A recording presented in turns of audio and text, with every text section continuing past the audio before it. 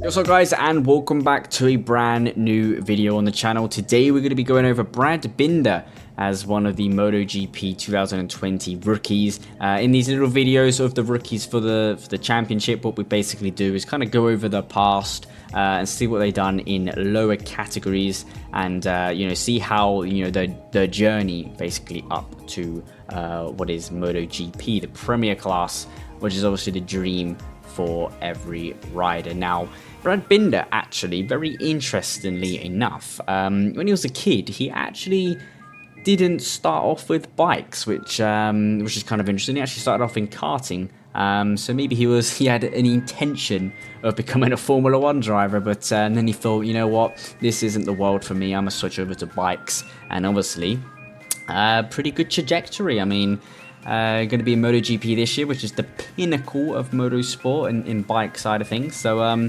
he's obviously deserved it, and we're basically going to go ahead and look at his career now in this little video. So hopefully you guys enjoy. Sit back and relax, and let's learn about Brad Binder. Now, as I said, his career actually started off in karting, and then he obviously switched over to bikes. But when he first rocked up to the actual grid, although he did participate in Red Bull Rookies in 2009, 2010 and 11, but it was 2011 where he would eventually join the actual grid itself in the 125cc class. That's what it still was back then. Obviously Moto 3 came in 2012, but in the 125cc class, he'd done 5 races. He didn't get any points or anything in that on the Aprilia, but yeah, I mean, that's where he started. Obviously, Moto 3 is really where things started going to shape for him, and it's kind of interesting with Brad Binder because in Moto 3 he took his time to kind of like adjust into that category,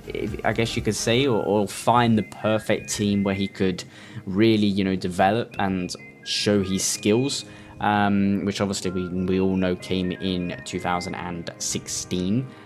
Where he obviously won that Moto 3 World Championship. But yeah, he joined the official paddock, you could say, in 2011 in the 125cc class. First season in MotoGP, well, in the MotoGP classes for him.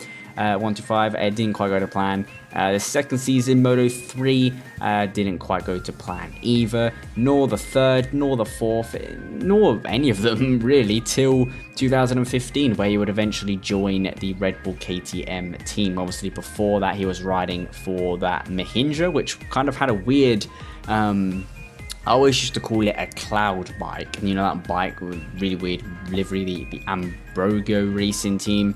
It wasn't until KTM, like when he switched over to KTM, where he could really push and show his skills, which was noticeable, obviously, the minute he won that championship. But yeah, 2015 was when he eventually hopped onto a KTM and done pretty well. And then 2016 was the season where Brad Binder became the center of attention, I guess you could say, for a lot of teams when he won that Moto 3 World Championship, and also won a race, believe it or not, from last place. And I was actually there to witness that race. That was in Jerez, and I saw him come from last on the grid and win that Grand Prix in front of my eyes, and that was just like, for me, just like mind-blowing to see. But obviously, after that World Championship, 2016, his first World Championship, he then went up to Moto 2 with the same team that he rode in Moto 3 with the Red Bull KTM Aho team. And he actually adjusted over to Moto 2 a little bit quicker than what I was expecting. He didn't do too bad. He picked up 3 podiums in his first season in Moto 2. And finished 8th overall in the championship. And then his second season in Moto 2 with the same team once again, 3 wins, 3 podiums, 1 pole, fastest lap, and finished 3rd in the championship. And then like this year, he just missed out on the championship by a couple points. If he had done 1 race better in the whole championship, he would have been the world champion in Moto 2, which would have been pretty amazing. Obviously picking up 5 race victories, 9 podiums in his last Moto 2 season. Very good rider. He seems to adapt quick, and that's how I kind of think he's going to do pretty well in MotoGP. I feel like he's going to adapt quite rapid over to into the Premier class, and he's definitely going to be one to look out for.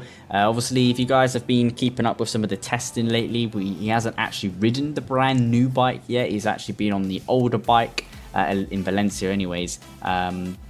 he's been on the older machinery just to adjust and test some different things here and there. Yeah, that was a little bit of a career walkthrough of Brad Binder. I feel like he's a rider that definitely deserves to be in MotoGP. You know, there are other riders on the grid which you look at and think, you know, why is he there?